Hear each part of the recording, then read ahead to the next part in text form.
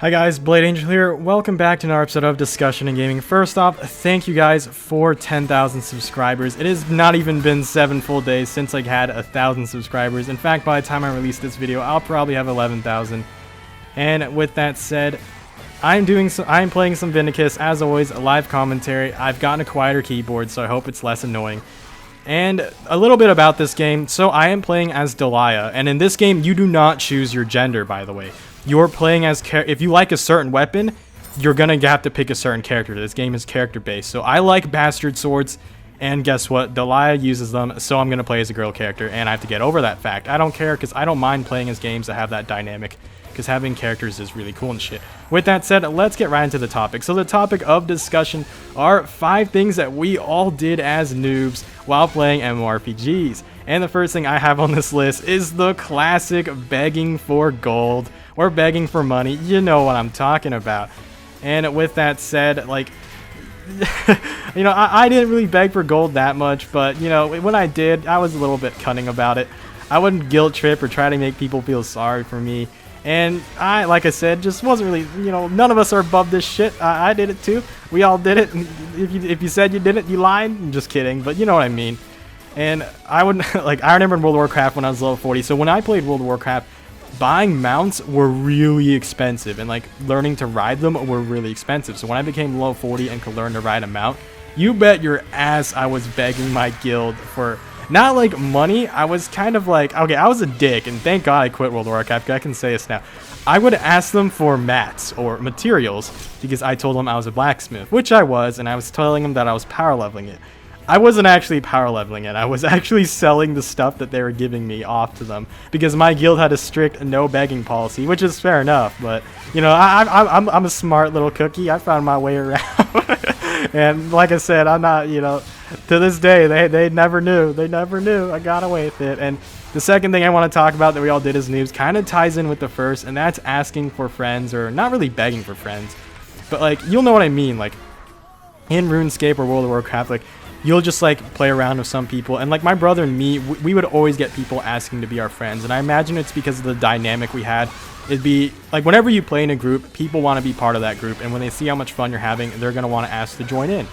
And my brother and me almost oftentimes are always higher levels than the people asking us. So what would happen is my brother and I, you know what happens. Like we'd be like 10 or 20 levels higher than them in RuneScape especially, and we would think we're hot shit. We're like, oh, let's pretend like we know all these MLG tips and strats. You know, make them a little mini version of us. You know, take them under our wing. You know, it was so funny. And at the same time, sometimes we'll find people who are higher levels than us, and we would also kind of beg them for money and shit.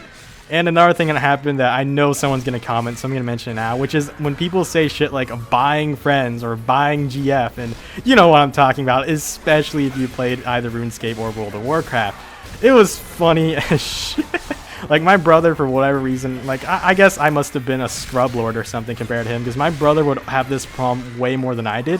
He didn't even have to ask for buying GF. People, like, girl characters would just follow him. He was a motherfucking stud. They would just follow him around and just say, like, I remember one of them who to this day is still on my brother's friends list on RuneScape. She went up to him and was like, because she's actually a girl. They have seen pictures of each other in real life. And she just went up to him and was like, I'm going to be your girlfriend, like your internet girlfriend, and just started following him around all over Lumbridge and all over Tavrock and Falador, and just wouldn't leave him alone no matter what.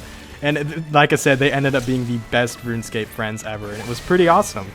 And honestly, the people you meet on the internet are pretty cool, and my brother actually even ended up having someone who he was so close to that they actually would power level together. Like, they would trust each other's accounts despite never meeting each other in real life. And thank God I'm not disclosing any specific RuneScape information or names, because this is definitely bannable stuff. But, you know, it was all in good fun. We were like fucking 12 then, you know, we didn't know this shit, and you're probably thinking, but don't you have to be 13 to play RuneScape, motherfucker? Don't act like you don't lie that you're a bit older. We all know that people lie from porn as well. And the third thing I want to talk about on this list is getting baited and getting scammed. Now, this one is kind of, I guess, is going to like bring back some horrible memories for some of you. Once again, this was something that happened to my brother more than me, probably because he was such a stud and attracted such attention. And I'm kind of glad, like, because I don't have as much thick skin as he did when I was a child. I would get angry way quicker. And so he had a Guthix Kite Shield and full rune back in you know, back in the early days, and you know, this is the days when like if you had one piece of god armor, especially the kite shield, because the kite shields were dope as fuck. Like people thought you were the hottest shit, like that you were the coolest kid on the block, or in Vrock I should say, and that rhymed. And so with that said, my brother had a Guthix kite shield, and someone whispers him and says like, hey, you know, Jack X here, and we think you'd make a great player moderator, you know, here's the website. So they sent him a link to the website, and obviously it's the sketchiest shit ever. Like so my brother goes on the website, follows for it, and you bet your ass his account got scammed. And it was one of the saddest things ever. Like his account got stolen, the guy took his Guthix kite shield, you know, they're using a classic drop trading method. Now I was MLG as fuck. I figured out, my brother this is why having friends or his family is good. So my brother quickly told me, hey, my account got stolen, told me to log in and on my account, go to where this guy was who was doing the drop trading thingy, and I went there and I managed to pick up my brother's full rune except for the plate body, because I think the plate body showed up first, because RuneScape shows stuff based on value, and the kite shield and plate body show up first. But I got my brother's helm, legs, and you know, everything else, which wasn't much, unfortunately. And my brother was brokenhearted, but you know, shit like that happens. And that wasn't the only dumb thing that happened to my brother. So a little bit even noobier than that was my brother is so, I tried to dodge, but the fucker on the ground was, so my brother also got baited, like, you know, lured, I would say, into the wilderness, and like another classic thing. So he got lured into the wilderness like a fucking scrub lord, and this was like when him and I first started the game, and he like told me about it, because I didn't even know. I think I was like napping or something, and then he got lured, straight up lured, because I remember, I was a noob in RuneScape, but I did a lot of exploring, and I remember coming across the wilderness, and all I remembered were, so I had a deathly fear of like skeletons when I was a kid. Oh my god, I thought I was gonna die. That'd been so embarrassing for the story. So anyways, yeah, he got lured into the wilderness, and me, I never went to wilderness because I remember this weird pop-up sign shows up where it shows a whole bunch of scary, spoopy, you know, 3 spooky 5 me skeletons, you know, spoopy skeletons all over the place. And I was like, oh, fuck that shit. So I never jumped over the wilderness for that sheer reason, so I can never get baited, because someone actually did try the trick on me, but I ran away the moment I saw skeletons.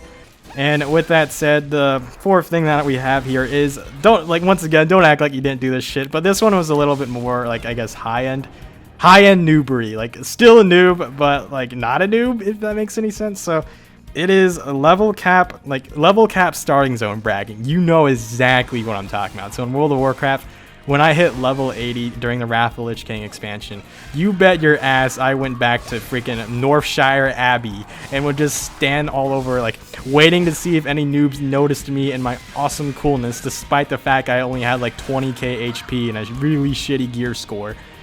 and RuneScape, same thing. I remember when I never hit level cap in RuneScape, but like, mostly because I was a pure, and I did have 99s. I have 99 HP untrimmed, still untrimmed to this day, because I used a dragon keepsake key on it, which is so awesome. Great, this is all boss fights. I did not die then. So anyways, with that said, in RuneScape, you bet your ass that like once I got past, I guess level 100 is a good place to start, not necessarily level cap, but when I got to level 100, I was like, oh, I'm so cool, like, you know, let's go to the starting zone, go to Lumbee, show all the noobs how it's done, you know, MLG pro legit. And you're probably wondering, if I was a pure, how the fuck was I level 100? I did do summoning, by the way, so yeah, haters gonna hate. I love summoning, okay? You know, just don't tell me how to live my life. I could be a pure that summoned if I want. So I went back to Lumbee, and you bet your ass I would just stand there and wait until noobs noticed me. And they do notice you more in RuneScape than they do in World of Warcraft, but for all the wrong reasons, because you bet your ass they're doing what I just said on number 1 for this list, which is they're begging for money. They're like, oh, low 100, they got money. And you know, I'd be sometimes like, you're probably wondering, why do, like, as noobs, why does begging for money work? And I can confirm that's because as high levels, you do sometimes want to give out money to look like hot shit. So it's like a two-way street, really. So if you beg for money as a noob, like, can confirm it works pretty well. With that said, let's finish this video off with the last bit of noobiness, and that is needing a res, or asking for reses and asking for revives because your scrublord ass didn't know what to do during the boss fight. Once again, this is kind of more of a high-level newbie thing. And like, that's the most beautiful thing about MMORPGs, is you can be the max level in the game, but you can still be a noob if you don't know what the fuck you're doing. And this doesn't just really apply to MMORPGs, because you know what I'm talking about. That one guy in zombies, like this also applies to FPS. Is like you're playing some good old COD zombies, and some motherfucker in the group has no clue what's going on, so they're going down at every goddamn second, and they're just asking all over the place for revives. Doesn't even matter if they have Juggernaut or not. They just go down because they're fucking idiots. And it happens in MMORPGs. I mean, World of Warcraft, the classic. The absolute classic standing in fire. The tried and true noob method. No one will never know why the fuck noobs do it. Or why the hell it's... Okay, I figured out why it probably happened a lot in World of Warcraft's earlier days. And it may be due to the fact that... So in World of Warcraft, there's this graphics option called projected textures. And I played on the Windows Vista. And on the Vista, it was by default disabled. I obviously turned it on because I wanted to see my awesome consecration. Yes, I was a retribution paladin. I was such a fucking scrub. And with that said, even though I had like a 6,000 gear score at level 80, you know, just by playing a ret pally, I was forever a scrub. And with that said, though, I turned it on, but I imagine there were a lot of Windows Vista users who did not turn projected textures on. So what that must have resulted in was people not seeing fire on the ground. So if you've ever wanted to know the mystery of why the fuck people never moved when there was fire on the ground, they may have been using a Windows Vista, or Windows Vista, however the fuck you say it, I don't care. That's going to be it for this video, so if you like cars, gaming, or anime, then make sure to subscribe to my channel, make sure to leave a like, and share this video with your friends. If you want to support me and what I do, then watch the ads that play during my videos. With that said, thanks for watching. Blade Angel out.